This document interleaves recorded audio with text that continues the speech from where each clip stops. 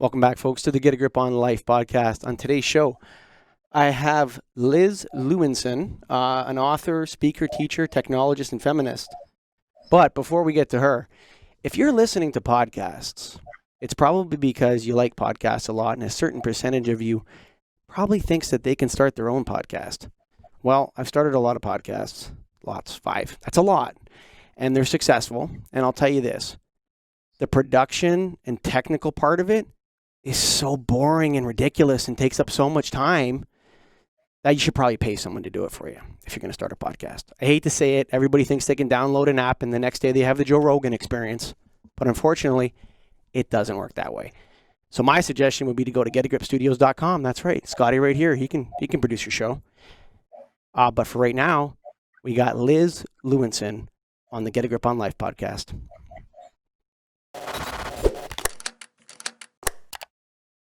Hello, Liz. Hello there. How are you today? I'm doing very well, thank you. Where are you in the United States? I'm in Northern California near Menlo Park. Near Menlo Park. And I've been dying to ask this question to someone for a long time. When I read your biography and read some of your blogs, I think that you're probably going to have an answer that's very interesting to me and I'm going to want to know more about. Okay? When Liz Lewinson says she's a feminist, what does that mean to Michael Colligan? Okay. To me, it means that I believe completely in the power of women. I believe that women have been suppressed for at least 5,000 years, give or take, in a very harmful way to the whole planet.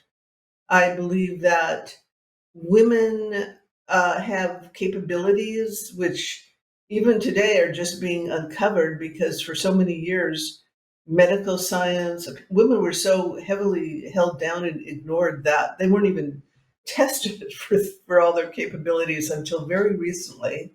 So to me, a feminist is a kind of a full circle mindset that is just, without being negative toward men at all, is just extremely supportive of women and their capabilities, their power, and their kind of compassion for the historic repression. It's interesting that you said compassion, okay? And in your blogs that I read, you talk a lot about maleness and femaleness. Now, this may make you a little bit unpopular today in the recent environment, and I know there's been a lot of leading feminists who have been, I've heard or I've read, like, as I don't know the community that well, so I don't know which ones are actually the leaders and which, like, who's really top dog in the whole feminist world of thought, right? But you'll read things now about how, feminists are not agreeing with certain thrusts of the zeitgeist right now in terms of the maleness and femaleness. Would you say that your type of feminism is the biological suppression? I have a penis, you have a vagina, so I oppress you. Based on that, those characteristics as a starting point, or do you believe that someone that doesn't have, because I have to understand this before I can really ask you questions about it. Do you believe that someone that doesn't have the biological makeup of a woman can become a woman and face those oppressive forces? Yes, I do believe that because maleness, I'm fine with gender fluidity, bisexuality, transgender, whatever people choose is fine. But what I talk about in my books and where I say there's a starting point is that men and women, maleness, femaleness, you're born with a certain nervous system and a certain energetic configuration. And remember, I am a meditation teacher. I don't know if we got to that. I'm a longtime practitioner of meditation. And one of these teachings, one of my basic teachings, comes from a very basic Buddhist teaching, which is that we all have an energetic system as well as a physical system that's different for a female body than a male body. So I believe totally a man can express, quote, all feminine qualities, but I describe the highest feminine quality as power. And so the fact that most men don't have even a concern, they actually resent it or are jealous or completely misunderstand female power. So let me early on here in our discussion say how I define power. I actually really spent time thinking about this because the Buddhist teacher years ago, he said, what is the difference between men and women? And he said, women are more powerful. A one-liner. Women are more powerful. So I spent time thinking about it and I thought, well, what is meant by power? And I thought, wow, we're finally in a time called the 21st century, although clearly by mid 20th century, I think we could have understood this. Power is not domination and control, which is people get nervous about it. Power is fluidity and change. That's how it is in nature. So if a wind is like just kind of going along doing its own thing, we do not consider it powerful. But when it speeds up and really, gets like the whole force behind it, and it's going 150 miles an hour, then there's no human on the planet that can actually even, it's so powerful, we just go, okay, you win nature.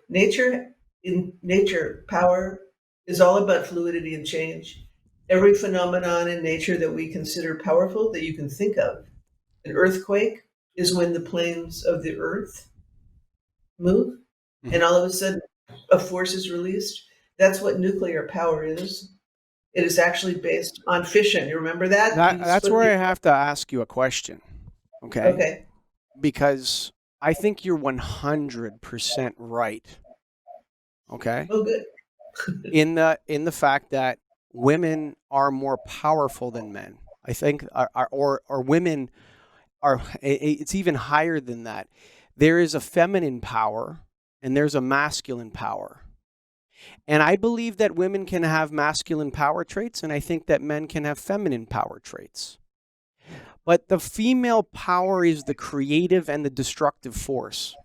That's what it is. So feminine power, the idea of nature, the growth, the Mother Earth power, that's very powerful. But there is a masculine power as well that balances that out. And like when you say that, the female power is this creative destruction and it can be fluidity, the male power is stability, the sun and the moon. I feel like your argument would be complete if you adopted that, the tension between those two things. That's a very good comment. And I do actually say that so although I split it into two books, I have another book called The Power of the Loving Man. Mm. And in that one, again, of course, we have both qualities, and you're not a complete person until you have developed both qualities, Mm-hmm. which I will tell you, I think it's through meditating, but not to first focus on this question, what's the power of men? So let's talk about this energetic quality of men. It is just like you said, it's more solid. It's a little, I've seen these things in my meditation. It's a little more like a network of golden lines. It's beautiful, but it's not a big rushing huge tsunami, which is what I've also seen for the power of women. They're two different type of things. And I hate to keep using, because it does seem too dual to say women, men, but let's just say there are these aspects of male, female qualities. And It's for better male, described as masculine and feminine. It's like I'll start using those terms then. So you know, let's say, it's not male and female because like that has a biological inference to it. There's parts to that, like makeup, like a technical thing. When you say the right. masculine and the feminine, there's kind of like there's something that elevates you above something or whatever. I feel like anyway. Well, yes, but there again, if you're born into a certain nervous system, depending on how you grow, how you were raised, you probably have some tendencies that enforce, either repress on the female side or enforce on the masculine side, this different qualities. So, excuse me, what I said is that what a masculine power, because of this more solid, slightly more held closer to the physical body nature, is loving kindness. It's all this whole, so we have both, but men are actually extremely well suited. The male quality is extremely well suited for qualities of love and kindness and gratitude and awe and respect, all kinds of very high, beautiful qualities that have been greatly repressed in the masculine side of most men. I agree with you And so 100%. I would say, I'm just saying, look around at the world right now, except for the small group that's really trying to bust out of this, and you will see that many, many uh, females are still heavily repressed in their power, and many, many males are still trying to assert a part of themselves that actually isn't the part they should be focusing on, instead of just this pure, beautiful loving kindness, the loving kindness of their being. So I believe that um, there is indeed, as we progress in our life, we should be developing both feminine and masculine. But again, in experience, the masculine side of loving kindness and just as gentleness and humility is always seemingly held down in so many people who identify as male. The I couldn't agree with you more. I think that what we'll call, if I may, like Yeah, the benevolent king. Like everybody loves the benevolent king masculine idea, right? The confident ruler of the lands, the person that doesn't need to interfere in other people's business because that power is innate, and it's in a way there's like a joining with the benevolent queen in a sense that offers something completely different than the benevolent king.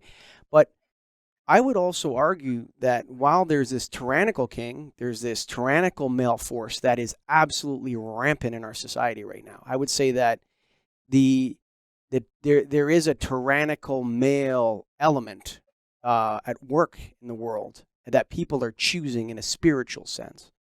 Um, but I also feel that would you not agree that there's also a tyrannical mother. There's a tyrannical feminine that is can create just as much chaos as the tyrannical male and his structure and his order and having things to be this way and the chaos of that. Are those two forces not at play at the same time in our society? I agree that they're both at play. And I would say, and I'm just going to have a little lean over toward this feminine side, female side. Since I've spent this life anyway more Sure, time than sure. in my body can look. If a woman imitates the power of the tyrannical man, that domination and control, it's a very bad thing for her. Okay. She's not what she's doing. I use Jacinda Ardern in New Zealand as a role model. She's powerful right now, but she uses power in a very fluid way. She can change on a spin on a dime, she can pivot in a second. And she does, and she has. And she uses her intuition. And she's expresses both loving kindness and extreme leadership. I was in New Zealand when she was running, and she is one tough person. You don't want to go up against her at a debate. She will just, if she has your thing, she'll just take you down. She's just really smart. But she's not tyrannical to me. So I don't even believe in most cases in the word like, bitch, as our dear friend AOC was recently called. Because if you're strong and you're confident and you have wisdom, you should lead as a woman. To me, tyrannical just means a kind of out of control ego that's Hmm. cruel to other people Hmm. and has no ability to take advice or input from others and is leading not with their intuition and their higher being, but with this kind of basically following the tyrannical male model that is tends to just snuff out and destroy what they don't understand or fear. So that would be, I agree, they exist in both male or feminine and masculine. Part of being, part of the reason why I suggest people meditate and are mindful is you can find places inside yourself which are much more still, and those qualities don't exist there. In fact, male and female don't exist when you become very still inside, and then you emerge back after your meditation. And this, idea that you have to be a certain way to be successful is really softened. And then, of course, the whole idea of mindfulness is if you catch yourself being very like angry or competitive or any of these qualities which actually literally take down your mood and your mindset, that you sort of nip it in the bud. You can do something like take a deep breath. Mindfulness is about catching yourself before you dip into negative emotions and feelings, and that it isn't BS, it's real, it's true. There is mindfulness and there is real meditation, and I think it's probably the most powerful solution that men and women have to find out what is real power. However, there are certainly been in history, there have been cruel women. Again, there are not too many leaders throughout history who've been women. I always hop onto Elizabeth II. No, I would say that you're wrong about that. okay. I would say that there was lots of female leaders. They just were never recorded in the annals of male authors. I would say that the human species would never have survived without their strong female leaders.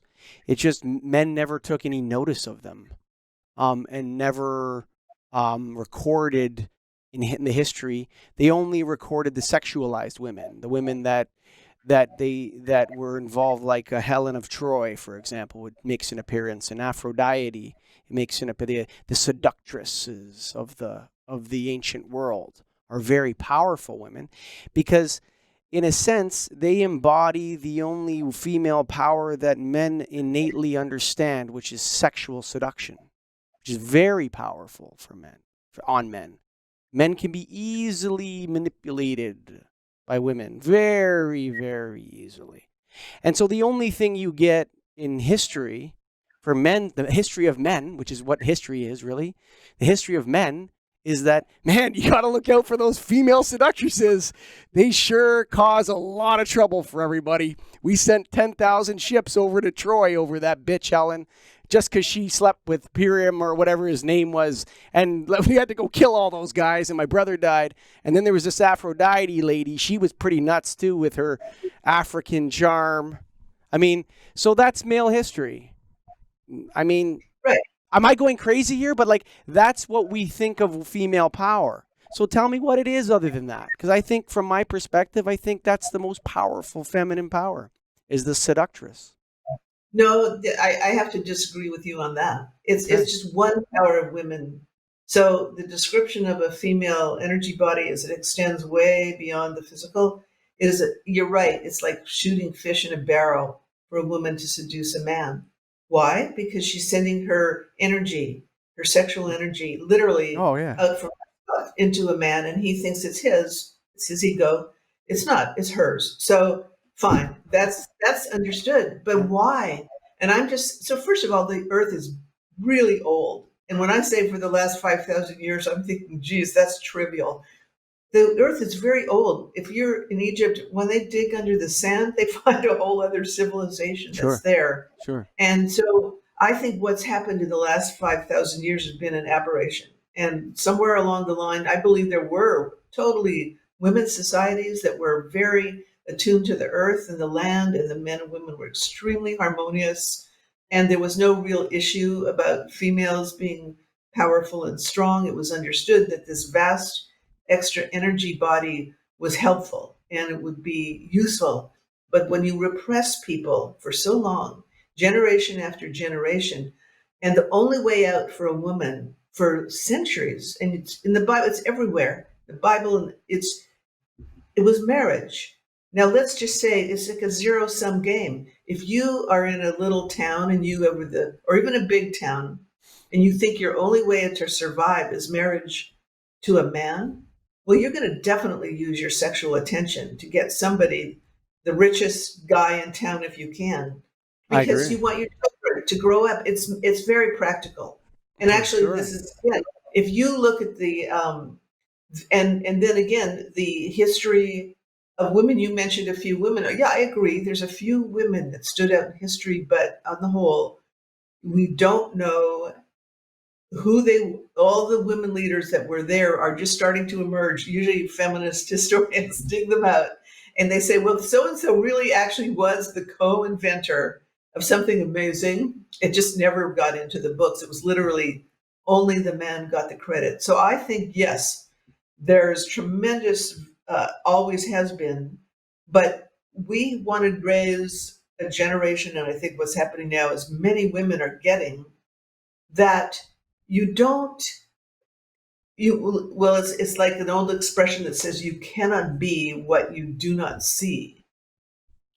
So if you're a girl growing up and you never see a woman leader, except when I was growing up it was awful, really. The role model was Sleeping Beauty and Cinderella and things like that, where Sleeping Beauty, she has to wait for some prince to come and kiss her on the lips, The right? worst To one come is up. Beauty and the Beast. Beauty and the Beast is really a bad one. I mean, there's a lot of negative messages in Disney children's movies, man. I like sometimes I wonder if they were written by pedophiles or weird people because I mean, Beauty and the Beast? Come on, man. All you have to do is put up with abuse and for a long enough time Right? from a man and he turns into a prince? Like, come on. Come I on. agree. Like That was I even don't know what the original story is. I don't know what the original. I've read some of the fairy tales. I've read and some of the fairy tales of the old ones. I've read the original stories and that sort of stuff. But the modern version of Beauty and the Beast, produced by Disney, teaches girls that they should accept abuse and terrible behavior from a man until he changes from the power of your love. That is the most ridiculous, nasty, stupid thing anyone would ever tell my three daughters. If you came near me and you told my three daughters that they need to behave like Belle and Beauty and the Beast, no chance, pal. Get away from my family. I mean, that's a yeah, horrible message to give young girls. I agree. And I actually, in my generation, there was no other message. And there's still plenty of mixed messages. As I'm sure you know, you have three daughters, you have to totally tiptoe your way through all the terrible messages. I think there's still terrible messages. I recently was looking at this like Drake video, and there was this beautiful woman there, and all she was doing was exuding sexual energy. That's it. That's it. And I thought, wow, that is so, on him. And it was so limiting. I thought, wow, what a crummy message to give out.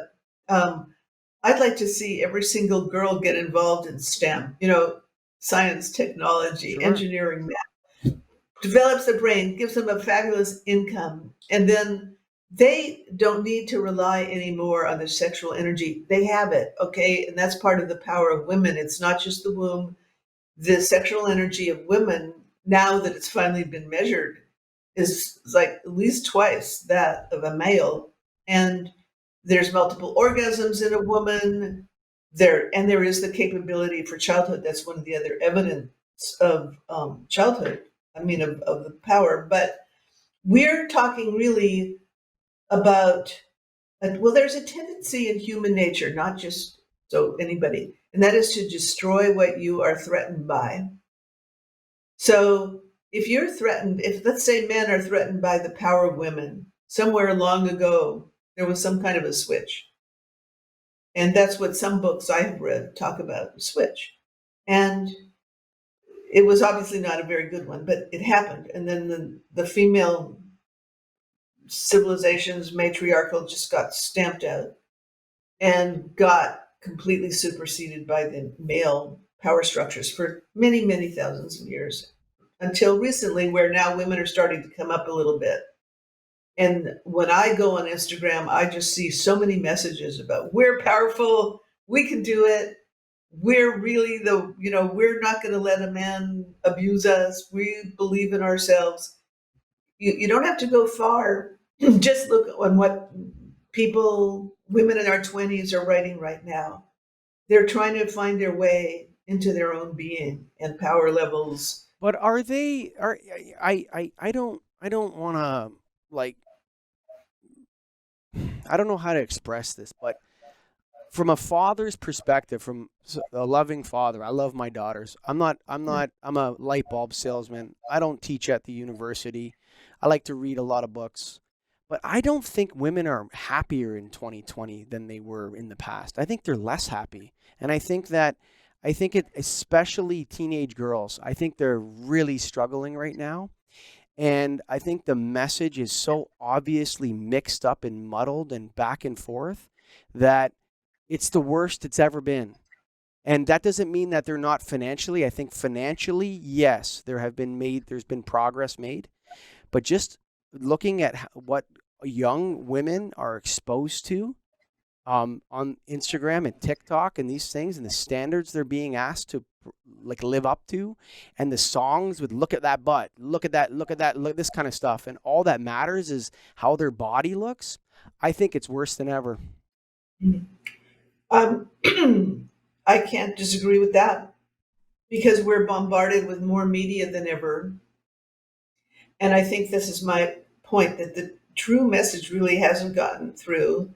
You and I are talking about it, but the powerful female who is really in charge of every aspect of her life, I don't think has gotten through. You still have a lot of holdouts, especially in rock music. I mean, there's a tremendous, still, I think, misogyny that gets communicated. And if you're growing up today as a teenager and a woman, if you hear all that and even believe it for a second, it's debilitating. It literally, because we're all psychic. And if you, I am, one of my books is called American You Buddhist just Rebel. said something. You just said something that I have to interrupt you. Okay. Okay. Okay. Absolutely have to because it's. I don't know if we'll be able to come back to it. And you have to tell me what you mean when you say we're all psychic. Okay. You have to. Like, I All right. need to know what you mean by that. Because I have a We are feeling you do too.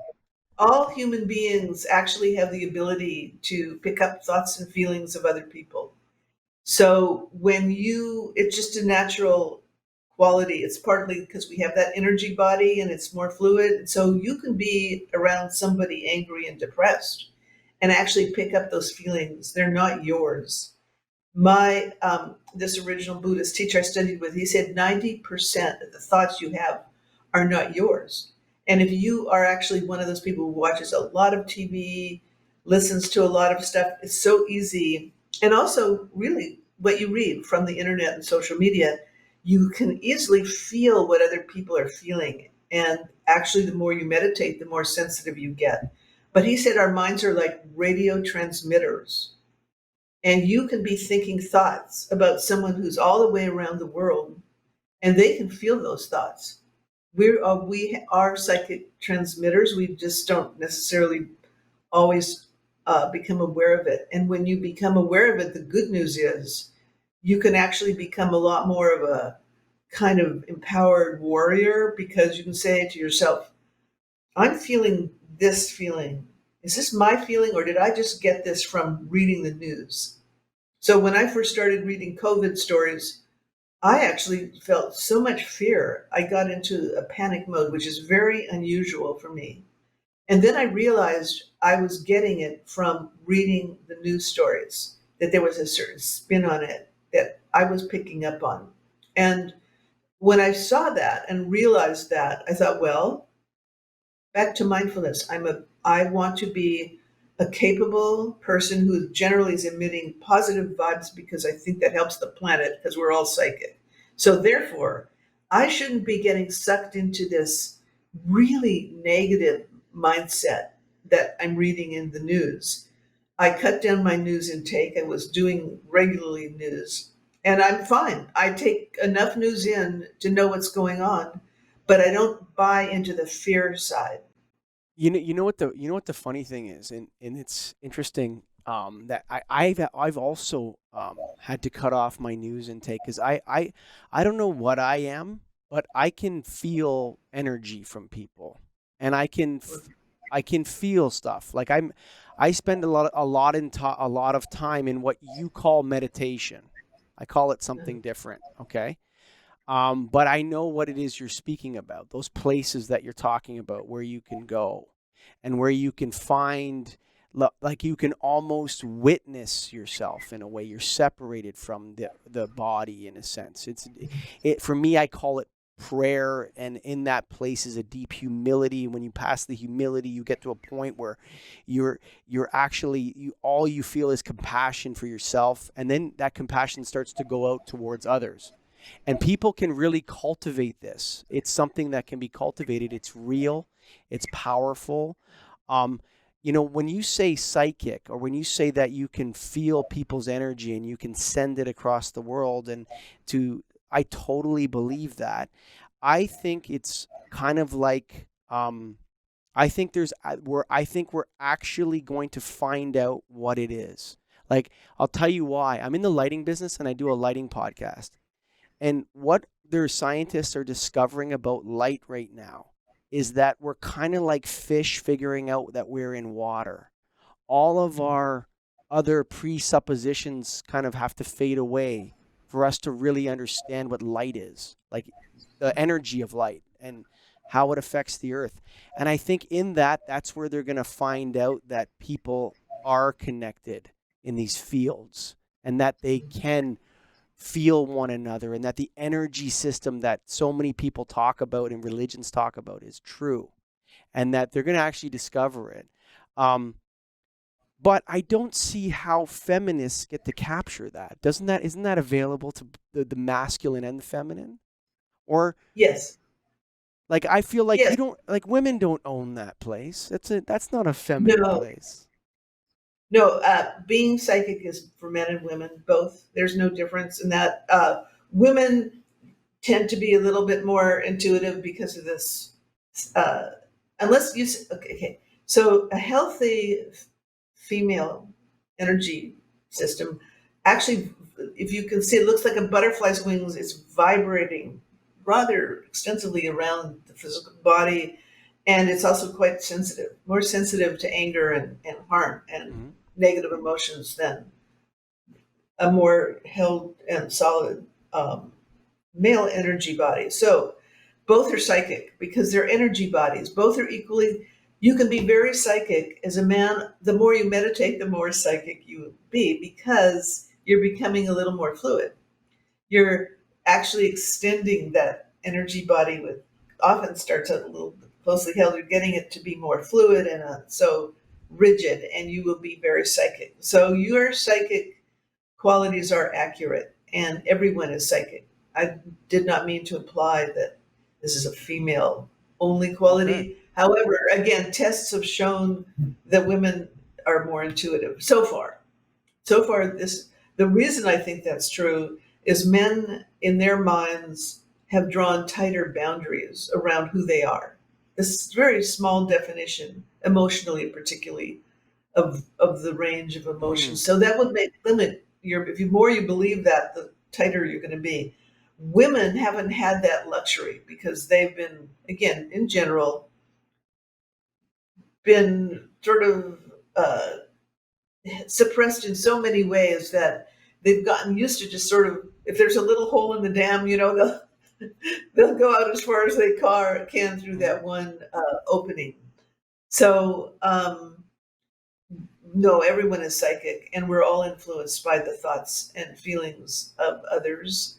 And that, again, is why during this particular time period, I am trying to meditate as well as I can, to be as positive all the time as I can. And it's not selfish, it's actually the opposite. I feel like we're all beacons in some way. And so if you can have some, even in the midst of any crisis, a radiation that still says, I am hopeful, I see a deeper quality in human nature, which is so luminous and bright. And I'm holding on to that, and I believe in it. And I believe that there's absolute an interest. We're in a very interesting time right now of transition.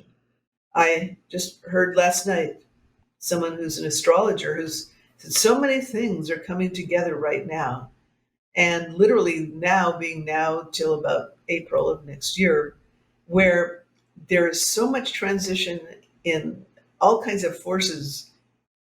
People are sort of reacting to that in a little way. I think you can also react, well, I'm going to transit in ways that are helpful and beneficial. And that might mean new career skills. It might mean building up emotional qualities, which good ones that you never really dipped into before. It might mean a whole spate of things. It might new sports, new athletics, new ways to help other people.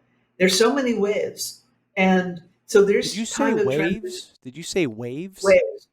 Like Yeah. Oh, WAVES, waves. waves. Yeah, Actually, both. I said waves with a W, but it could be waves with a right. V because the So waves right now are I disorienting. Choose it. yes, and I Why don't you choose it? so the it's interesting. I think from a masculine perspective, right? The writer that most spoke to this would have been like Carl Jung with his archetypes, and he was speaking, but he could never touch the female archetypes. He couldn't go there. He couldn't find it, but maybe he could, or whatever. I can't read his stuff. I find it that my level of intelligence is not able to read his work. I hate to say that. Like, I'm a pretty smart guy. I can read complicated things, and I can read like a 50-page document that's boring as heck and get through it and figure out the main point or whatever. But I can't read that Carl Jung, and I can't read the people that are like him. But anyway, he talks about these archetypes, and then he talks about archetypal damage and archetypal diseases that can happen, right?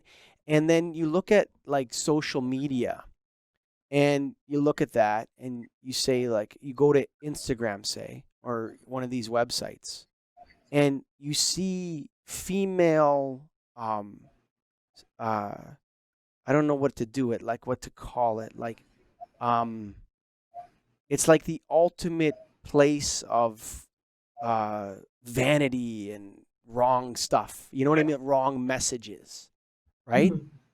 Yeah. And I feel like it damages the female archetype for women, that their worthiness is, or the power of their womb should be on display before others that they don't know or know about, or that they have to compare themselves to those who wish to put themselves on display. And I understand that at the same time, within feminist thought, you could have someone that would be, say, that's empowering, and then within feminist thought, you could have someone that would say that's actually disempowering. Which is it? I don't know. In my opinion, okay. In my opinion, um, what if you're focusing only as a woman on portraying your sexual energy and showing your sexual side and being as sexy as you can in a photo, you're on the negative side. You've disempowered yourself for a couple of reasons. There's nothing wrong with sexuality, but let's go back to what kind of we're all psychic. What kind of attention are you going to Mm, draw to yourself? yep. Negative attention. And for a lot of men, they associate anger and sexuality is very linked. Mm-hmm. And Yes. when I did my book, The Power of the Loving Man, I talked to a bunch of men, about 40, 50 maybe. And I found that at almost every age group, starting from about age 35 on down, there was a lot of porn watching. That was almost like how they learned about sex. Mm-hmm. Okay, so this idea that women were really there was a lot of anger suddenly associated with sex because that's how they literally were kind of trained as you dominate females. Even before that, years before there was porn, there's a lot of anger in many men's mind with sex. Why? I think when you think about it, let's say you're a man who was brought up to believe you're the power guy. You're empowered. And then you have sex with a woman. Well, if you're psychic, you can feel that power of sexuality in the woman. Mm-hmm. Now Or that the could make lack you of it, or the lack of it. or the lack of it. Either way could make a man angry. And I point out, because we're psychic, that if you're this close, human body to human body, this is true of any partnership, male, male, female, female, any combination. Yeah. If you're this close and you're open emotionally during sex, and you have an angry partner, you just pick it up like a Oh sponge. man, I think you're Yes. 100% right about that. Yeah. You know Yeah. what's, it's interesting because most people talk about marriage, in a crude sense, they're speaking about ownership of someone else's sex organs, right? But are you, like, what you're talking about is kind of the two become one spiritually and physically during the act. And if there's anger there, if there's worthlessness there, the energy is less or something. Is that what you're saying? Or it's negative Yeah, energy? it's actually, it's not only less, but it's also negative for the person who's on the receiving end Right. of Yes. partners' issues, and that's how a lot of women get very sick. They're picking up and also I see, this is interesting, but I see a change in girls at a young age who have been told completely mistakenly that, you know, they need to have sex, okay, at an early age because that's what their peers are doing, whatever reason. Sure. They should wait, actually. They really should. But anyway, let's say they have sex and it's a man who just doesn't value, it's with a fellow who Mm. doesn't value her. So in that intimate moment, she's picking up all the thoughts and feelings of that Oh man, and man. she'll come out of it looking drained. She'll have a lower opinion of herself. She'll be making choices Hmm. for years that are not the right ones. And I tell this story in the book, Women, Meditation, and Power. A friend of mine told me, and she was about 14 and 15. She had sex with some guy who didn't care about her, just thought she was a bimbo. Sure. And um, she said she felt like she'd been run over by a Mack truck, and it took her years to recover. And this wasn't rape, this was consensual, dumb teenage sex of my friend who is just a lovely, smart, really radiant person. But that Hmm. person she was at 15 didn't know. She was just, you know, the same sort of person that many girls are because they don't get early enough that they should actually at that point hold on to the idea that they're the power species. Yes, I It's agree with you. early on. I So early on, give your daughters my book, okay? It's a treat. I'd have to I read would it like first. I have to read it, but I think you and I are Vision absolutely, of Power was written for more for younger yeah. women than anybody else. I I actually think I might, because even though on the surface you may think that you and people might think that you and I would disagree on everything. I actually think no. I think we're probably pretty close to being on the same page with most things. I mean, for me, the sexual, the female, from the perspective of the male, the woman should cultivate. I call it. You're not gonna like me maybe, but I call it kind of womb theory. So there's like a men in a way. There's like this instinct to, like, men. The tyrannical king is kind of like an abuser of women. He's like he doesn't he doesn't protect women, or he allows them to be to to um to be made worthless. And I think the benevolent king is very respectful to women and understands their power and how important they are, and that they need to be safe and cared for in a way that is not that is not about. I don't know how to describe it. Maybe I haven't completed it yet in my head. But do you understand what I'm getting at? That there's a balance in these forces that I think is completely out of balance right now. And that's why we're You're, suffering so much. I agree with you.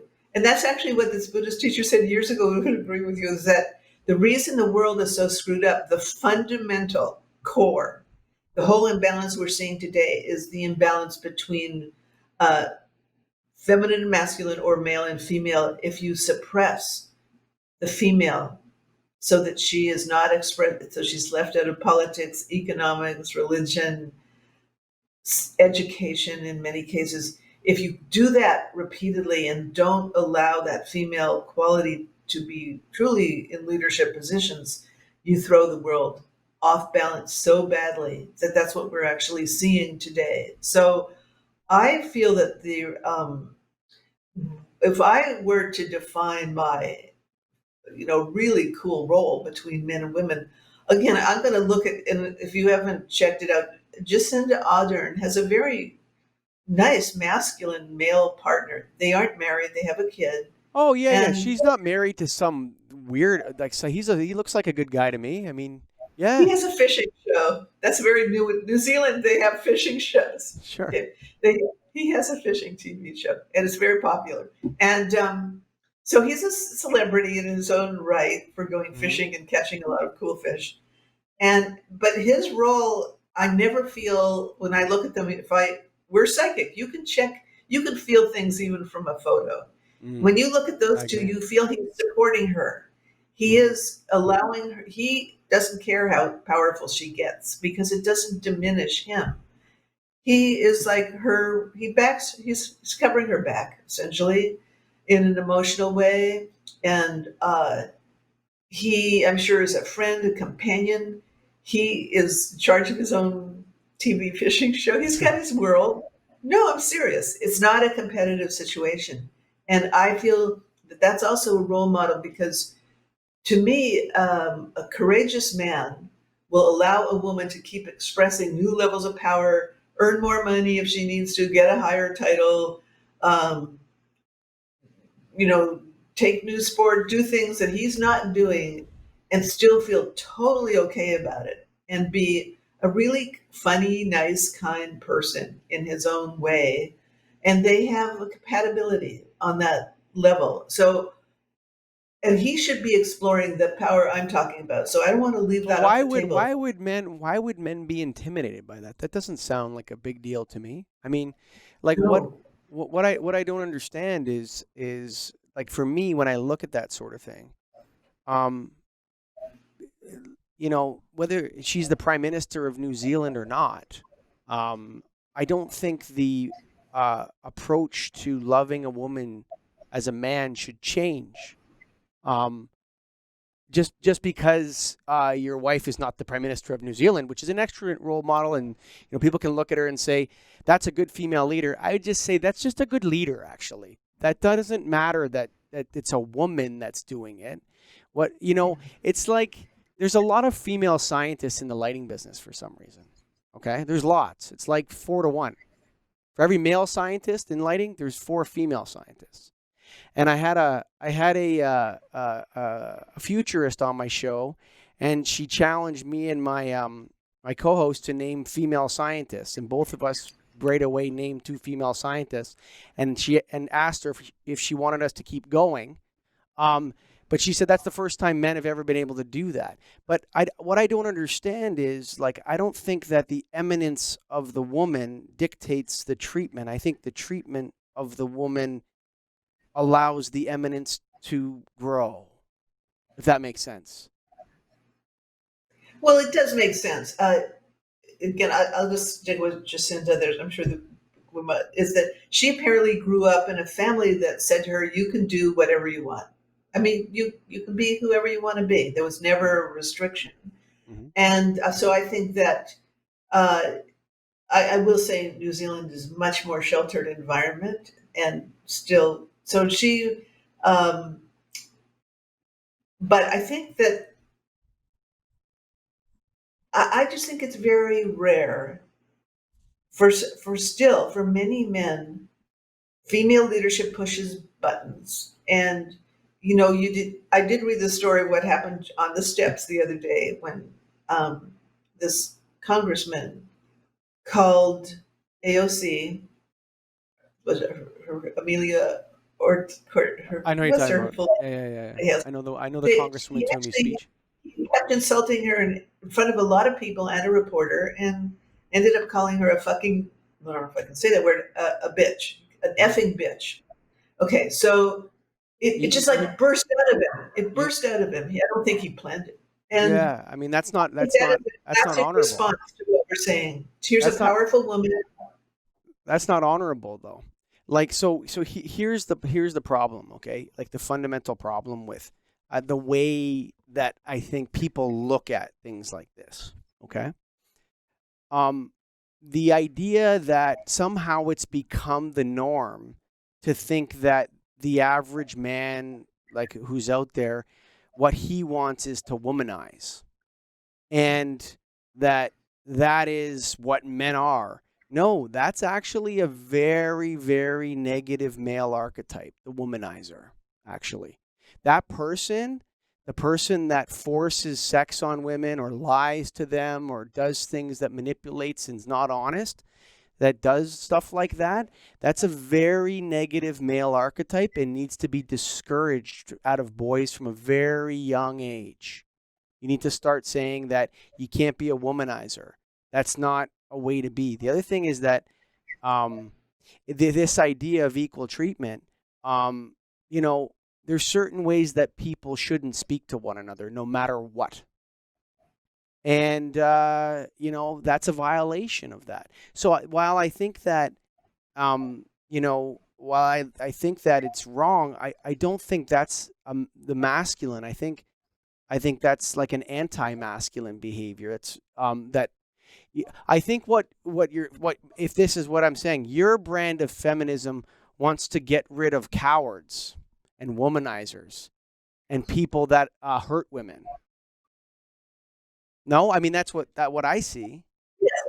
That would be true. And I would just say that what men need to do is, and women have a different process, by the way, but what men need to do is look through the ways in which they were shown or taught that they were in some way superior to women and take those ideas out of their being. And then they have to look at the ways in which they have a definition of power that is threatened by women becoming vocal and influential, which AOC is right now. So if she is powerful in her own right because she does get out there and stand up for things. So you should, as a man, you want to look at that. How can I, even if I don't agree with her politically, what is there in me that would react negatively? And what is there in me that would look at a woman as purely a sexual object Mm-hmm.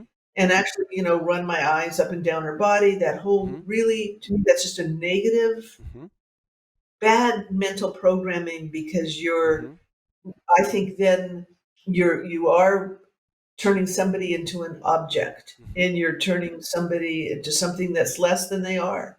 And that hurts them. So I am saying that's on the men's side. The work for males who still have those habits, whether again uh, it's work to be done internally. Women also have plenty of work to do because women, if you have one woman in a room full of men, which is often the case in a work situation, it takes tremendous courage again to go and look inside yourself and go, I am going to say what I mean and not cower or just sort of put myself a little lower than whoever I perceive to be the I'll, most powerful man. I'm gonna push back at you a little bit here. I'm gonna push back at Okay. you a little bit here because anecdotally, now we did back when the whole Me Too thing started. We looked at women in the lighting business, and we started talking to women, and we talked to a lot of women about what it was like to be in the lighting business. And you know what? A lot of those early risers, the people that came up early, that were like were chief of marketing and CEO C-suite in the 80s and early 90s. Okay, they actually reported liking that crowd better than the new crowd now. Hmm. So they felt like that the lighting industry didn't really have much discrimination against them overtly, and that in fact there were many men that sponsored them, and that they had found that now it seemed that it was harder for women than it was then, like as if like things have gotten worse in some senses, that things are more sexualized now than they've ever been, and that there's more, while there's maybe more women in power, this oh, I can't believe I'm going to say this. I can't believe I'm going to say it. That the space is less safe than it was in the old days. Hmm. How, like, is that possible? Like, I mean, is that actually possible? But that's what's been anecdotally reported to me, that things are worse now than they were before. Um, I don't know what to say because my work background, especially in the last couple of decades, mostly has been in IT, Mm-hmm. information technology, and it is true there that you can have some sexist behavior, there is, but there's also a sense in these smart professions that if you can get the work done, Mm-hmm. and you can still need to stand up for yourself because you may be getting paid less. I mean, there's plenty of stuff still going on, but I probably haven't seen that the space has gotten a lot choppier myself. Personally, I believe it could be because it's kind of like you're saying, we're exposed to so much more now. So we know in general that people growing up and then getting their college degrees, whatever, they're having issues finding employment Oh that's yeah. appropriate. They're They're and so racked that's racked with imagine college debt. what your Racked. preference is. They're in debt. They're in debt $100,000 of college debt. That's right. Yeah. So it's already a rocky lifestyle. If I may, because there's good to have these certain templates in mind, which is I'd like to see, and this is individual at the end of the Mm, day. sure. I'd like to see that if any, just like we said earlier, there's things to pull out of your being on the male side, and there's things to pull out of your being on the female side. I'd also like to see many more people just go and try meditation because Hmm. a lot of people started and they stopped because they were expecting some dramatic result right away. And meditation actually doesn't, is always a focusing exercise. It Hmm. never works right away. When I started, it took me 3 weeks to feel anything whatsoever. And it was like this little fountain Sure. of okayness coming up. And that's persuaded me to keep going. And now I have beautiful meditations. They're literally enlightening. I mean, they're just so happy. You know what? I'll But tell you you. know what? That wasn't day one, and I think you can have things, little promises of that. And the reason I mention it in this context is that things aren't going to get easier. Are you kidding me? The planet is so overcrowded. All the stories that aren't happening right now include all forms of injustice and the climate change. Climate change is going to go stomp on all of us in the next 20 to 30 years or less. And this generation growing up is inheriting all of this. And so it's not an easy time. If anything, this is a time where you have to go within to get strong more than ever. You know what? You know what? You said a lot there, and like I could go off and like nitpick you on this or that, like what you said, but I think we can agree upon the idea of waves of negative energy is coming at Gen Z. Waves of negative energy. And whether you want to get stuck, you want to die on some hill over here with related to this particular social issue or not, there's definitely a lot of negative energy. But because it's hard to come back when you speak like that, and just I totally agree with you when you talk about meditation. You got to meditate for a year. There's a world out there, man, and inside where you can go to that people really need to start going there or trying to go there. This will change the energy. It will. I'm not kidding you. Like if everybody, whether and you know what, it doesn't have to be the way Liz Lewinson does it or Michael Colligan. There's no. You just have to pursue the inner life in a way, and that starts there and do it for a long time. But I need to ask you. I've read feminist thought in the past that was in some ways pro prostitution and pornography. And then I've seen feminist thought which is anti prostitution and pornography. And there seems to be like a rift in the fourth wave between those two things. I'm very uncomfortable with people that um, think that pornography empowers women. I really don't believe that. And I think it disempowers both men and women, actually. And I also think that, while I have a lot of sympathy and empathy for sex workers and people like adults that are choosing that, and it's a very complicated issue, and it's different in many different countries, and in the developing world, in Europe, and it's a different problem in different places. I'm uncomfortable with its promotion, or like uncomfortable with an acceptance of that as a meaning that can be a really meaningful life for a woman. I just have a hard time. I can't swallow that pill. That's a tough one for me. Um, and so I see there's feminists on both sides of that argument. Where do you stand on that? I'm a feminist that would never, ever, ever recommend to a woman to uh, go into prostitution. I would say that if life somehow forced you into it, which I can't imagine why anyone would choose that, That's the right way to put it. save Yes. money and go to a computer coding school for 6 months and get a job Mm, that will keep you and your children in out of poverty for the rest of your life. mm, In other words, prostitution. There, then let's. I'm a history major. That's why I always go to. I was. And sure. I like history. So for many thousands of years, there was no job for women. And if they didn't get married, if they got pregnant too soon or something happened, hey, their job was prostitution. There was no other job. Maybe house cleaning for somebody, but very little career choice. But Mm, today, no, in my opinion, and I didn't even know that feminists said, okay, well, sex work. Um, I don't think it's a good profession, period, for the woman doing it. So for the woman actually engaged, if she is going to be picking up the thoughts and feelings of all kinds of people, bad idea for her mentally.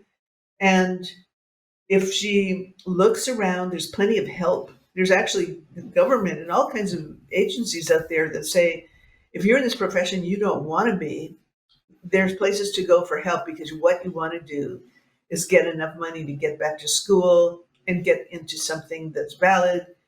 Honestly, if I were to say for 6 months and you want certified in something, go to coding school, go to a tech school, Can I say learn something. something really controversial? Can I say something Sure. really controversial to you? Or marry a man that really loves you and build a life with him, so that if you feel that you want to work, you guys can talk about it and he respects you. And if if you want to take some time off to raise your kids, you can count on him to stick around, and he can count on you to raise the kids. Like, and to find a meaningful relationship with somebody that actually loves you. You know what I mean? I hate to say that, but it's like I want to tell my daughters that, it seems to me like people are promoting sexuality like it's the greatest thing in life is who you have sex with. And you need to have the best sex, and everybody, and it's like, yeah, I agree with all that. I'm not against anybody wants to do, but for me, I feel like if people would respect one another, and I think some feminists are calling for, and I would love to support a feminism that's really elevated the value of women in the eyes of men. Like that it wasn't a like there's not like there's no force that we're not locked in this interminable struggle forever. Women and men are not there's a beautiful commingling of energy that can happen between men and women that is the life force of the universe, in a sense. I don't know. And how do we encourage people towards that? It's like a minefield. But it's so simple in some ways too. How do we do that? Because I there's too much conflict between in this space. Well, I think that women should try to find a male partner or just even a friend who's loving and kind, Mm, because and help nurture those qualities. Uh, um, Men in general, again, the male side or the masculine side should be focusing on nurturing the power of women in all kinds of ways that are not negative, just very positive ways, and sort of in general be very happy about each other's successes and commingle. I think you're right about sexuality. Sexuality is a great, it always has been, and a beautiful union of two people who care about each other. But you would ask me about prostitution. That's a whole different thing. sure. That's sex for money. There's no talking or dealing with emotions there. It's just a functional thing, and it's not good for the woman. I'm just saying, she's going to pick up a lot of very draining energy. So she should not be in that profession. Even any profession for women is a profession, not for people they love. But you don't necessarily want to be in a massage situation, anywhere where a woman's hands on with anyone. They're picking up too many thoughts and feelings from the other person. Better, so much more empowering to get into all the many mental professions which are available today. Again, didn't used to even be there 100 years ago, but now there's many. That's one path into clarity. As far as Hang so, on. So I'm in you favor of. discourage I'm you not a you feminist that's against men in any way. I'm just against certain things being um, too hard on the nervous systems of women. I agree with you 100%. And I think that I you know how you hear like women saying things like I don't want to have children. Like you that's like a that's women are saying that. Like that's when that's a really strong message to men that of Okay. rejection based on the way the society is. Like what they're saying is to men is that you have not created a place where this womb feels safe adding life to. You need to fix the place, right? Like that's like a powerful rejection to men. And men are very sensitive to the rejections of women. They don't want to be rejected by women, right? So I actually believe, I'm a Christian. I go to church. Well, I haven't been able to go to church since COVID. But I mean, I'm a Christian, but in a sense, I actually believe like that there's a goddess, right, that needs to be served in a sense too. Like I don't know how the Catholic Church, it's the Virgin Mary. That like she's almost a goddess within the church. You understand what I mean? Like you can say Yeah. that it's one God, the Trinity, and they go down all these holes. But if you're a Catholic, Mary is pretty damn close to being a goddess. Mm, Like really, really close. yeah. Like you can't call her a goddess. She's the mother of Christ. She's the mother of the Son of God. What does that mean? What they're saying is that we have to worship the feminine power too. And that's a masculine made feminine power, the Virgin Mary. Like, think about it. Come on. That's a very interesting masculine made female power, the power of virginity. Virginity has no power, actually.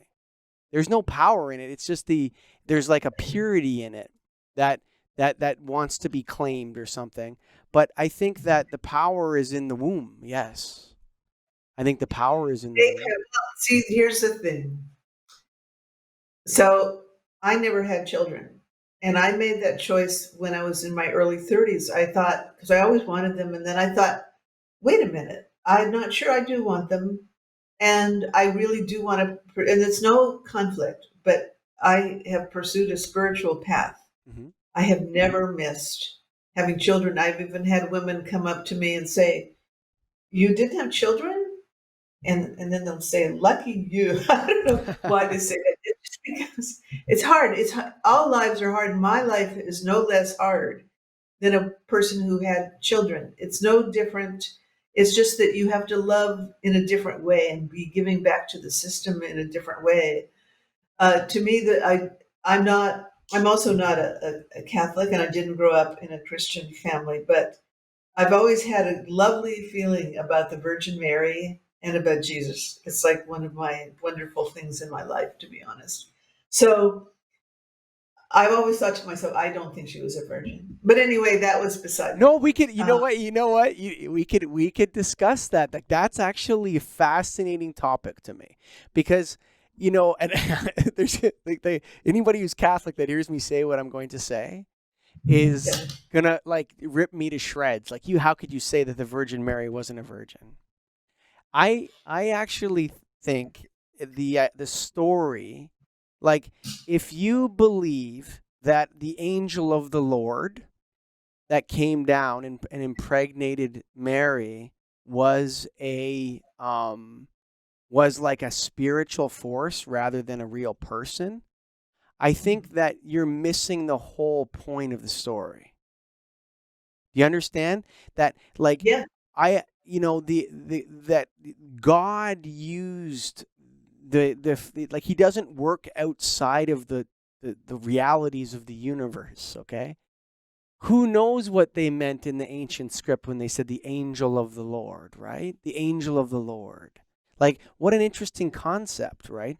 And what is that? Is that a force? What is that? And then Joseph accepts Mary and cares for her and elevates her as the mother of God. And we're in a way we're all meant, like, that's why the Christian story is, whether you believe that Christ was crucified or not, or he rose, like, people get obsessed with whether there was a real Adam and Eve or not. It's just, you miss the whole point of the story. Like the idea that, of Christ, and that one is called to be like Christ. Yes, those stories are beautiful. That's why we preserve them. The idea, like, my favorite feminist is Eve, who hands Adam the apple. Like, Yeah. and you notice that the serpent didn't lie. He was being honest with Eve. In the story, the serpent says, if you eat that fruit, you will become like unto God. You will become conscious of the world around you. And the first thing that Eve does is comes and gives the fruit to the man. Here, you gotta be conscious. Those are beautiful stories. And people say that oh, it's such a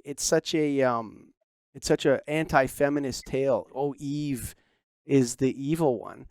I don't know, man. I saw this painting once, and it was a painting of two, like, half ape human creatures, and they had the apple, and Adam was walking out of the garden giving the finger to the angel of the Lord or whatever, right? And he's with Eve, right? We're out of here. We're conscious, right? And so, like, these stories are I guess misinterpreted or something, but I'm going on here. But I think that I don't think feminism is that far away from what is, like, the idea of a feminist aesthetic that promoted the elevation of women, and their safety and the safety of their offspring. Whatever it takes to do that, I would do that right away, man. I think that's exactly what men should do. I think, well, you've said lots of Oh, things. whoa, blah, blah, blah, blah. I know I'm going crazy there, but yeah. I got to go back. Okay.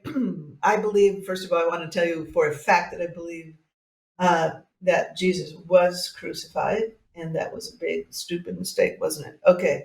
So that was one. um, as far as the Eve story, most of the portrayals, she looks in art and other, she looks like the seductress, and that is, like we talked about it. It creates a negative image for most men that women are manipulating and using their sexual power to manipulate, and that creates anger. And that, I would say, came out of the only reason women ever got good at using their sexual power to manipulate was it was the only way to survive for so many, many, many, many centuries. You had to snag, catch, hook, whatever word, the best guy you could, because that was how you were going to survive. Now, the difference today is, I agree that it is lovely for both partners to feel in a situation where there's children that you're going to nurture and care. But if both partners, or even if just one partner, and might be in some case the female one, has the ability to earn an income, a lot of it is income and money. It's how can you, as well as feeling, it's to, I could be working and also raise a family beautifully. You just bring in more help. You might hire a nanny, you might get somebody to help you, but this, the idea is there. It just, what's changing over time, and I think it's a healthy thing, is the idea of the roles have to be so rigid. The idea that you nurture and you care and you demonstrate values. You don't just talk values. You are those people. That's what children pick up on.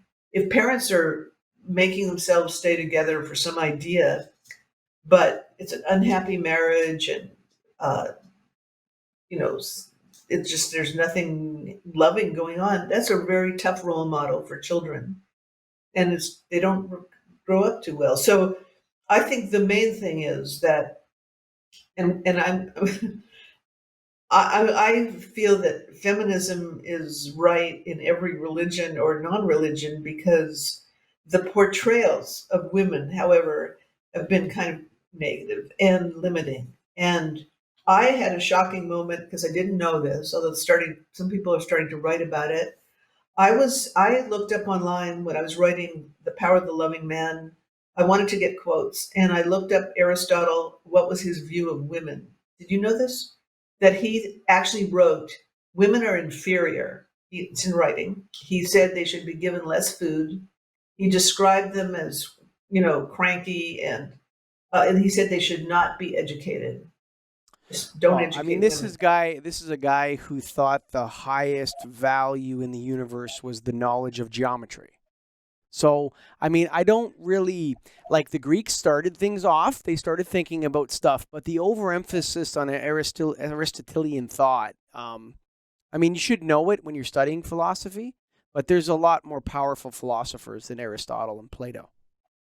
Yes, but here's my final point. Okay. I also read that his thinking had a deep influence on the formations of Christian church thinking, the 13th century and below, and also Islam. And I had such a huge aha moment when I saw that. I thought, my God, there could have been many more positive views of women, but if people and religions adapt to the times, he was revered, not today, but he was revered for his thinking for a Mm, long, long for time. sure. And For sure. so, therefore, his ideas of women were obviously Islam, and in many parts of the church don't give leadership positions to women. It's funny though. What's interesting is that, and this is what always. Oh, I'm going to say something controversial here. Okay. It's interesting that there was a lot of with those two that the Greek philosopher crowd. There was a lot of homosexuality in the Greek philosopher crowd. And they probably didn't know women at all. Actually, they were probably self-satisfied in their own gay world of thought. And I mean, I say that with all due respect to however you want to respect it, but these are people that probably very rarely interacted with. It was probably a group of gay men. Like, how many times? How is it possible that we know that Aristotle might have been gay and Plato might have? Like, how did that make it through time to today? It's probably because they were, and that's very important about understanding their philosophy and when they talk about it. And so these are men that probably never encountered women in their adult life, almost never. And so their philosophy reflects that. I hate to say it. Could be. I don't know where he apparently was married. That doesn't mean he spent much time with his wife, but he was, according to history, he was married. Um, his teacher was Plato, and Plato was also married. Plato, however, thought women could be educated. It was Aristotle who said, do not educate women." Let me ask you And you something. see, Can I? yeah, I want to ask you something because it goes back to those institutions. So those men were both married because of an institution of monogamy, right? Okay. Now, here's what's interesting. And the average feminist would say that, or I've never heard it said. See, I think that monogamy is the ultimate expression of patriarchy. I think it's the ultimate expression of it. There's every if and in a sense it's very good. It's a good idea. Like, the institution is a good idea, and I'm a part of it and want to stay in it. Okay, I like my monogamous relationship. But I'm sick of the argument about whether people think monogamy is natural to humans. It's so obviously it's not. Like, to me, humans are not monogamous creatures. Like, we're not like crazy, but obviously everybody knows, like, when you think about sex, you don't always think about having sex with the same person. We're not monogamous. We're attracted to other people. This happens throughout our lives. We go through periods where we're more attracted to some people and da da da da and everything else. But we choose monogamy, and it's created, and the institution is created, and we go after it for one reason. But one of those reasons originally, I think, was because monogamy makes men not kill each other. Like, if every man just has a woman that's his, that he gets to have sex with, that's his possession, that he owns the womb of, and he knows that that's his womb. and then they won't kill other men. But if one guy starts to hoard all the girls, right? If one guy starts to hoard all the girls, then he's going to have to do something about those angry men over there that aren't getting any girls, right? And so it creates like this instability. So men said, one woman, one man, nobody touches anybody else's wife, and we won't kill each other. Like, I actually think that's the fundamental basis of it. But I think it discriminates against women because I think some women would rather be the second wife of guy with status 75 than the first wife with guy with status 500. I actually believe that some women would accept that second wife status to gain access to more resources or better tent, or maybe the guy's got 1,000 cattle. Ooh, he's a big shooter. He's got 1,000 cattle. So if you just go sleep in his tent and, you're going to get access to a lot more food and your children are going to be cared for better. But if you stay over here, your husband's a subsistence farmer slave guy and he just pulls rocks in the quarry. And I think that monogamy is not something that females would instate, or like women that don't have access to power, like you're saying, they would use that sexual power to gain status and move up the ladder, so to speak. And I think that, I don't know, is that a correct view of monogamy? I mean, I don't know. Like, would a feminist agree with that? Well, first of all, you're certainly talking about, the examples you gave are biblical times with the second wife situation. Sure. I just read a book called The Red Tent that does a nice job of describing that. But if we hop to the present time, my feeling is that everything is a choice. Having children is a choice. Getting married is a choice because we have so many possibilities for just leading independent lives. And I think because women haven't done it for so long that they are intrigued by it. Now, if you do get married, personally, I think monogamy is, although a tough choice for probably everybody, I just think it makes sense because marriage is partly, that's one of the reasons people get married. Is I found this perfect partner. I want to stay with them for the rest of my life. And there's a vow taken. And I think people, if they can, should stick to it. That's also tends to be what breaks up marriages. Somebody finds out that the other, and so it's clearly not a very good situation. But yeah, but I you know don't what's know. interesting, though? You know what's interesting? Hey, a lot of people cheat and are glad that they don't get caught so they can stay in their monogamous relationship, okay? It's not like every affair is uncovered, okay? There's a lot of sex going on, and monogamy to me seems to be like this institution that we're all working towards, but we're failing at it very badly. And our society makes people fail at it even worse. And that's the source of the instability in our society, I think, in some senses. Well, this was certainly one source. I mean, there's other cases and well-known cases where the wife finds out that the man has been cheating and she still stays with him. I guess And they vice talk it versa. through. And vice versa. Yeah, that and then vice versa. So I think that I don't know that feminism and monogamy. I didn't really realize that they were that related because I think, to me, again, feminism is just a stance where we're saying that women who have been deprived of power, decision making, and respect and independence, all kinds of things for so long, now have these things. And like you said, so if you have that situation we just discussed, a woman finds out her husband's been cheating, they work it out, she stays. He finds out she's been cheating, they work it out, they still respect each other, they still love each other, the marriage goes on. And I am not thinking in terms of feminism for this thing. I'm thinking more in terms of a woman's self-respect and, again, courage and health. And I don't want ever a woman to feel that she has to feel less powerful than her partner, whoever it may be. I think everyone needs to find their own ways to express power that are healthy and progressive. And that's where, again, I'm going to go back to meditation again. these steps become so much more evident when you meditate because you're going to this deeper level of yourself, which is more natural. So you're less likely to get sucked into something. Oh, there's some person over there. I'm really attracted to them, and I have no control over my feelings whatsoever. That's That's where ridiculous. I totally agree with you. I think that this idea that one is impelled towards every sexual desire by an uncontrollable urge is a very negative message to give to people. Whether you're gay, Yeah. straight, whatever it is. I mean, I'm not saying that, only the gay instinct is bad or whatever. No, if you're in control of your body, you can say no to stuff.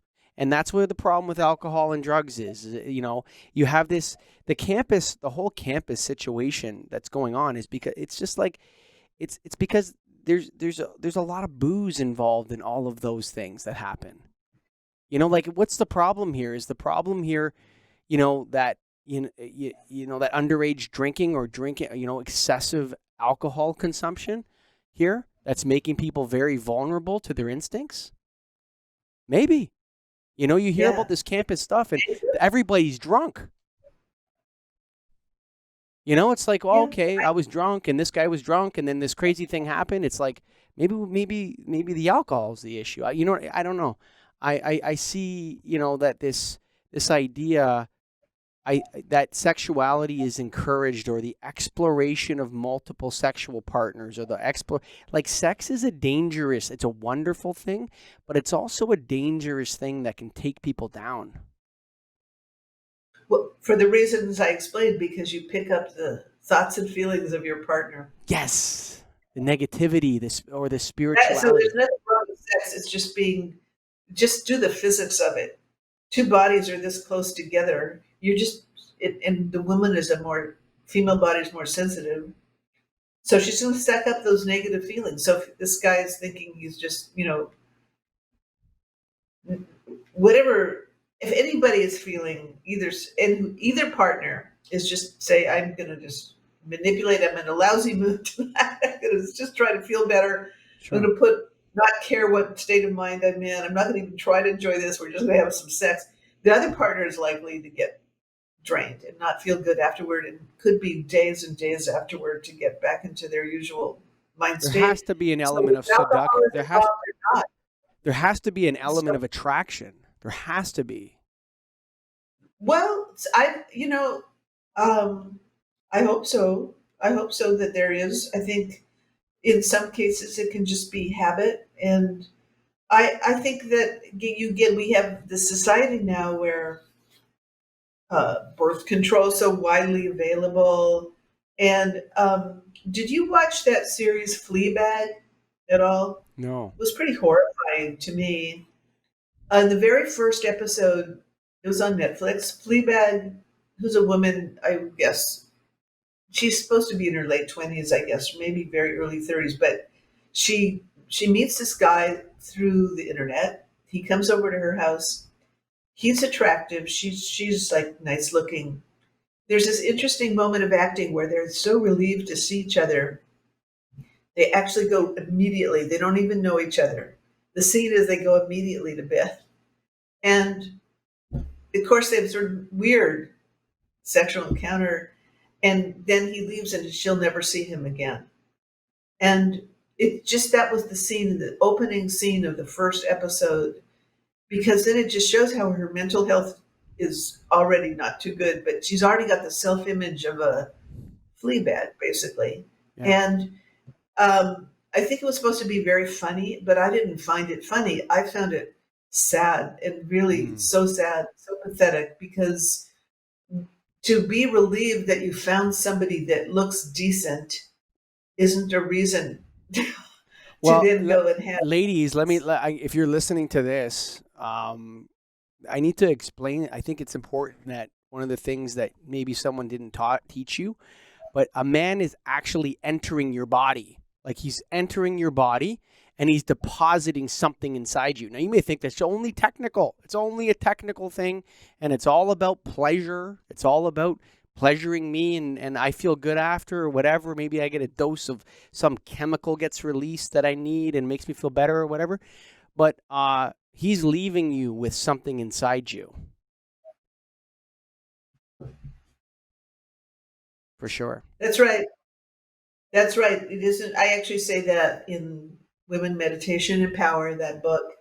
I say that it's not just, um, if a man is, you're not just opening your legs, you're opening your mind, you're opening your spirit. Your emotions will get engaged. That's been shown repeatedly for women in studies. And if there is, like in this case in this show, there's these two people have never even had a one sentence conversation, Mm-hmm. and they they're strangers. She is left with this sense of total emptiness and lack of self worth, Mm-hmm. and it probably, whether it came from him totally or not, but the truth is just what you said. Someone's inside your body, somebody is depositing something inside your body. It's not just physical, it's mental, it's psychic, it's emotional, Spiritual. and you absolutely pick up whatever man you've been with. And I was told that it can take up to 7 years to get rid of some of the lines of feelings and that connection that you make just through sexuality. I, 7 years before yeah, you get rid of it. I think it's a long time. I mean, I'll tell you this. I had a friend of mine, and I'm a Christian. He's like um, a Buddhist kind of Eastern kind of guy, and he walked me through a bunch of meditations that took me back and cleansed. You can actually cleanse through meditation, but you have to be able to like you have to do like a year of learning how to meditate before you can actually begin deeper meditations, like those kind of things where you go and through a process. And there's no, like, you can, a good way to do it for men, maybe not for women, but a good way to do it for men is to explore their ancestors and their religion and who they were as a person, and go back that way through that masculine energy. I don't know what it is for women, but that's how I do it. I go back through that. But man, Liz, we've talked for almost an hour and a half now. I know. It's been fun. It has. I enjoy talking to you because you're honest and you're fun. So it's up to you. We could continue longer or not. I have time. I'm just wondering for you if there's some direction or something that maybe you know about yourself, or some area that you wanted to speak to, and just tell me something or ask me some questions, and I'll open that up to you. Well, I think I have these two books out there, and one's called The Power of the Loving Man, and the Mhm. other's Women, Meditation, and Power. And I feel like I'd like many younger people to read them, and I guess I'd like to get your opinion. But based on talking to me, where are the lacks? Where could these? Or is it books don't get read? We've talked about some things which seem to me just common sense. See, How are people not? Why are people not getting these messages? so I'll give you an example. Okay. So so these concepts are very easy to understand when you understand them. They feel natural to you.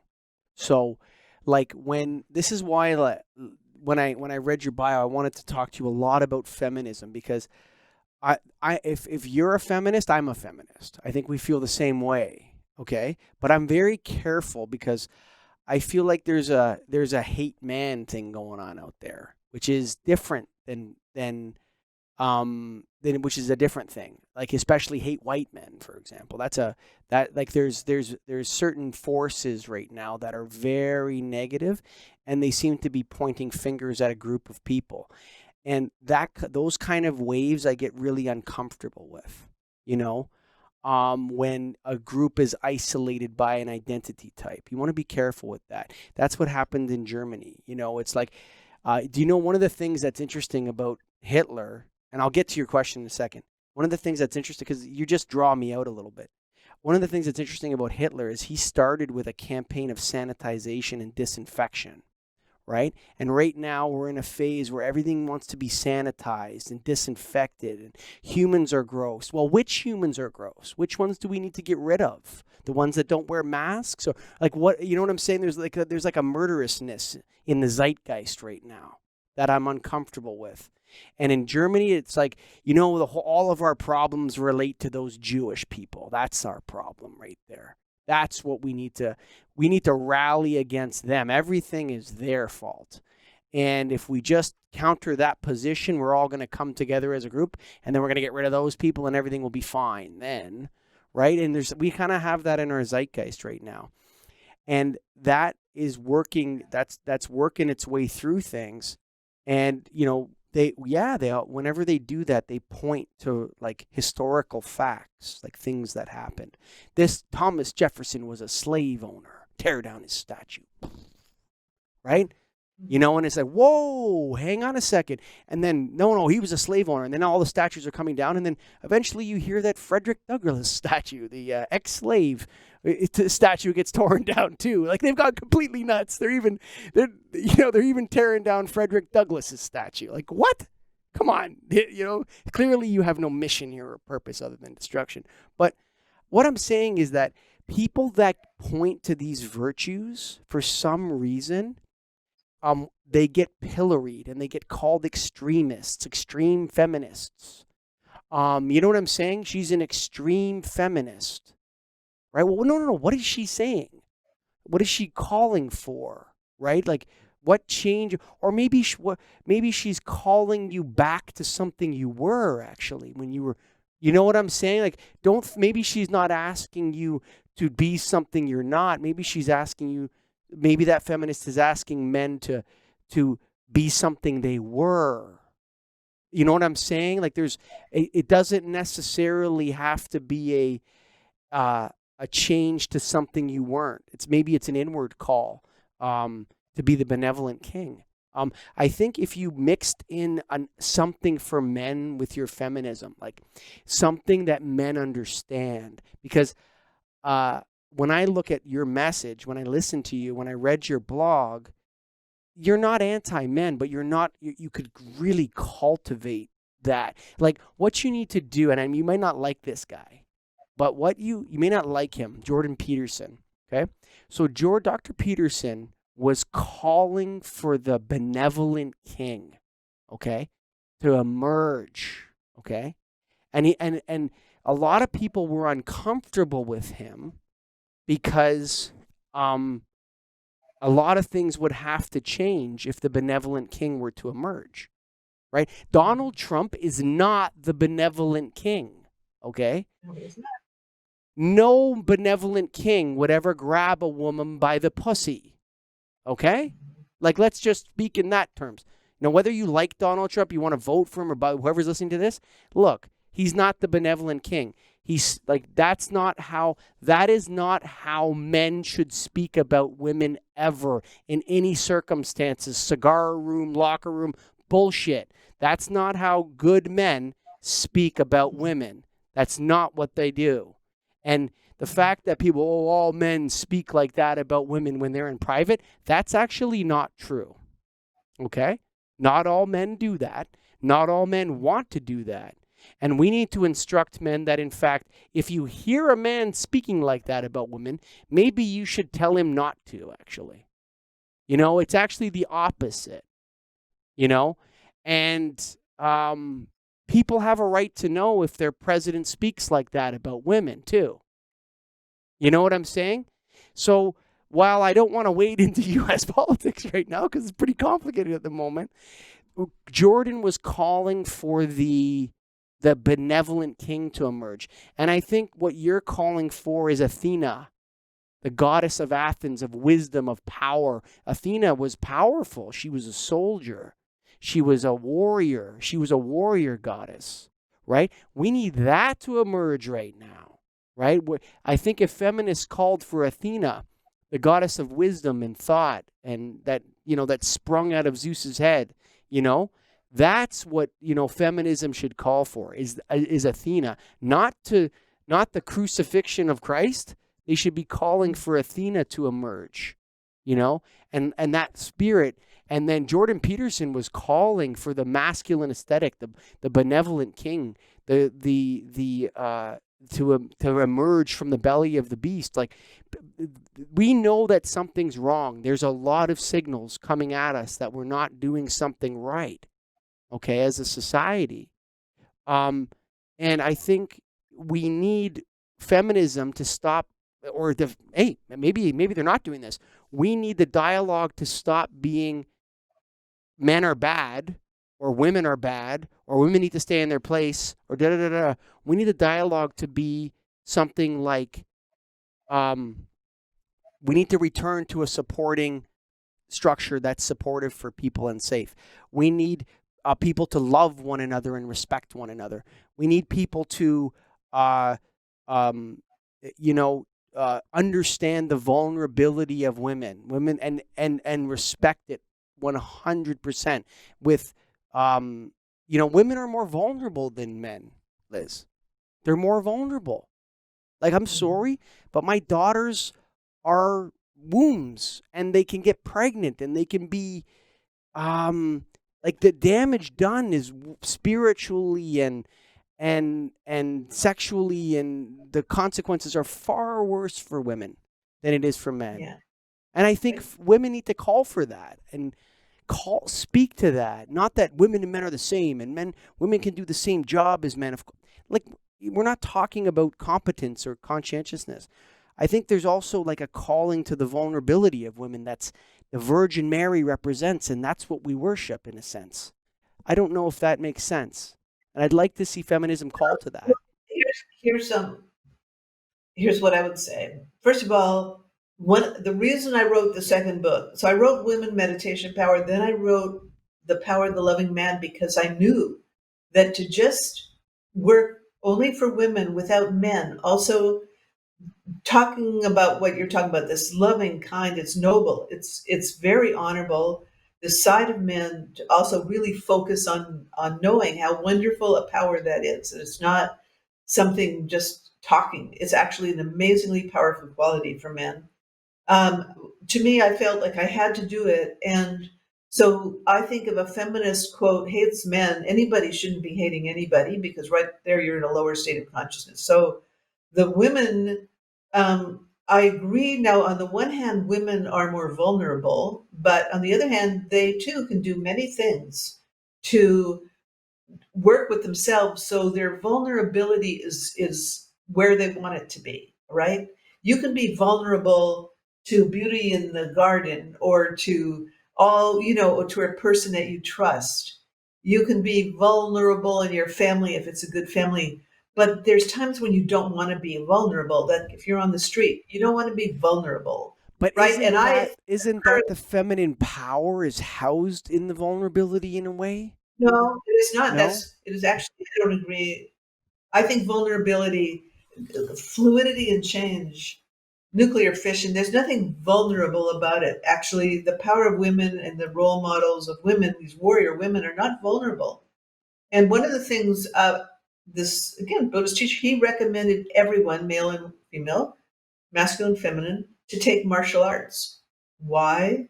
Because you don't feel vulnerable. You feel strong, and you feel capable, and you have respect. It's a wonderful study. And I would recommend all three of your daughters to do it, because it's practical. Mm-hmm. If anybody ever messes with them and they actually have studied martial arts for a year or two, it takes a lot of the fear factor out. And it's You're working off so instinct more. Like, fierce, if you fierce. I just don't like the word vulnerable too much. I like it for certain. I like it for a sense of openness to certain higher emotions and sensations, but I don't like it if it means weakness. And I okay, don't know if you know that. right. So that's it. I think I'm so obsessed with the definition of terms when I'm talking to people sometimes. Like, what do you mean by discrimination? Tell me exactly what you mean when you say that. You know what I mean? A lot of these words get lost in nuances and this sort of stuff. It's, in a way, it's like, if you want the full dawning of Athena, okay, to emerge, like that power, that the feminine wisdom and power that is represented in that. The There's like, men have to agree, or because there's a sense in which in that in the mixing of the female and the male, that destruction occurs when the male force does not serve the female, in a sense, right? So the male power structure, if it when it goes out of control, crushes women and pushes them down. Okay. But this leads to the destruction of the men in their own sense. Like, it's like you can't win this, right? It's not like you win. So there's something in it where there has to be an elevation of, and this is what I read in, there has to be an elevation of the feminine, and for you that represents, elevation to a political office. It can be financial success. It can push out in different directions, but I think at its heart is that women need to be in a safe environment so they can be free to make the same kind of choices that men make. And whatever those choices are, it's theirs, but that's where they're free. Their vulnerability is theirs to give. They don't have to. They're not making choices based on fear that they're going to lose their vulnerability if they enter that space. They can just be who they are, and they can enter that a place or a way, right? And that's based on choice. So if the male and female forces are balanced, everybody's comfortable to do whatever they want. When it's out of balance, you have destruction, and that's what I think we're out of balance now, and everybody knows it, and they don't know how to describe it, and so I think feminism, you know, I think it needs to become more about women and less about men. Does that make sense? That absolutely makes sense. Everything you have just said is right. I think again the word quote vulnerable is the one that is the tricky word, but the way you're describing it is absolutely accurate. And I think women just have no real idea how strong they are. And I am actually in the last week or so, I've been reading these. Uh, this is Tibetan Buddhism, but they have the most incredible fierce is really the right word, imagery of their female Mm, deities. They call them dakinis or goddesses. I mean, we're talking, weapons, fangs. It sure. just, they're fierce. And it's not that they're not loving because they represent the highest qualities of wisdom and virtue. It's just that they're completely helpful, self contained, fierce Mm, waves. That's the good word there. And I think that had this whole imagery, which Athena existed a long time ago, kind of got buried. And so feminism at a high level to me is restoring the power of women and respecting the power of men. Cannot we balance must exist. It absolutely must exist, or the whole planet once again goes out of order. But what has happened is that um, way back there was this turning point where this domination of women took precedence, and that was and has been harmful. So I'm probably, as a feminist, I'm a spiritual feminist. I'm a metaphysical feminist. That doesn't make me less. In fact, if sure. anything, that makes me more powerful because I'm a balanced feminist. And I do see things though, like that still go on though, that do strike me as the male female bad conditioning on someone's side Hmm. that came from misunderstandings of their innate power levels. So my wish would be that whatever you identify with, whether male or female, whether you're both, people are now saying I'm gender fluid, that's fine. But or transgender, I think that's fine. But I would be sad if a man decided to be I'll have all the operations to become a woman so that he could have feelings and emotions. He has them as a man. Sure. That's power. And the same thing, gee, I want to be, Usually it's a sexual reason, but You anyway, know, or I want you know not a the quality the reason. the whole transgender thing, and this is now we're walking on eggshells now, right? But I mean, for me, the the um the rejection there's a I don't know if I can say this, but the rejection of oneself as is, like as you came into the world, right? So if you believe in your spirit, if you're rejecting yourself based on who you are, so I think they call it sexual dimorphism or something. No, no, it's called Yeah. there's a name, sexual dysmorphia, I think it is, where they don't know which Mhm. gen, or they're confused, right? And now it's gone to the point where people are like, there's something um, anti-feminine in it, because right now the movement is gone from being mostly boys, men that want to be women, to now girls that want to be men. Like, it's switched in the last 5 or 10 years. And if I were a feminist or something like that, I would be really uncomfortable with that trend, while not like discriminating against, people who, whatever they want to call it, the technical name, or, whatever it is. But what you're seeing is like an uptick of like uptick 3,000%, 4,000% increases on young girls that don't want to be girls. And like, it's a massive, massive number. Like, the increase in, it used to be like mostly men would want to transition to be women, and a certain percentage of women want to transition to be men. But it's actually inverted, and there's all these young girls now that are in puberty or younger than puberty that want to be men. And if I was a feminist, I'd be very concerned about the change. Why did all of a sudden that change? Why do we have so many people that are 13, 14, 15 years old that are wanting to take hormone and puberty blockers so they don't become a woman? I think that's trouble for feminism. To me, that's a real feminist issue. Well, again, I can't speak for it, but I go back to the individual, and I would say before someone went through a lot of painful surgeries and expensive surgeries, to first find out, look really deeply what you would hope to accomplish, because today the society is pretty accepting of homosexuality, so you Sure, could yeah. really be whatever you want to be.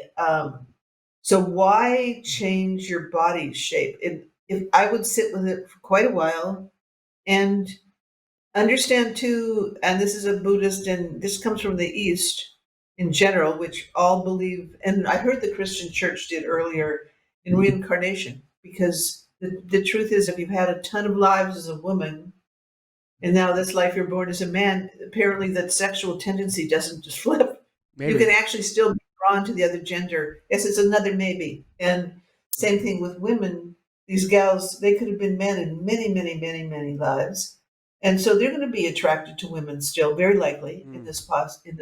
And they may feel like they really, gosh, where's my male body? And you know what? We're all in this body to learn something. So I wouldn't rush to get surgeries. I'm not upset about it because I have too big a point of view. Sorry, I Yes. meditate. I'd like Yes. these same people, everybody. If you ask me the one thing, and this has nothing to do with feminism per se, I'd like to see everyone try meditation, and there isn't one way to meditate. By the way, there's many Mm. ways. So Of course. learn a few. Because if anyone says they have the only way, they're wrong.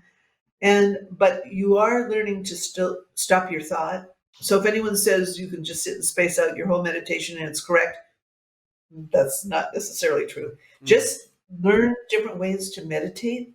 Make it part of your daily practice, because you as a human being have so much value, and you will learn that and your whole Mm. life will change. Everything we're talking about from my side is from the perspective of a long-time meditator and teacher. And I've had trans people in my classes, and they say, "Well, you're talking about men and women here. You're being very dual."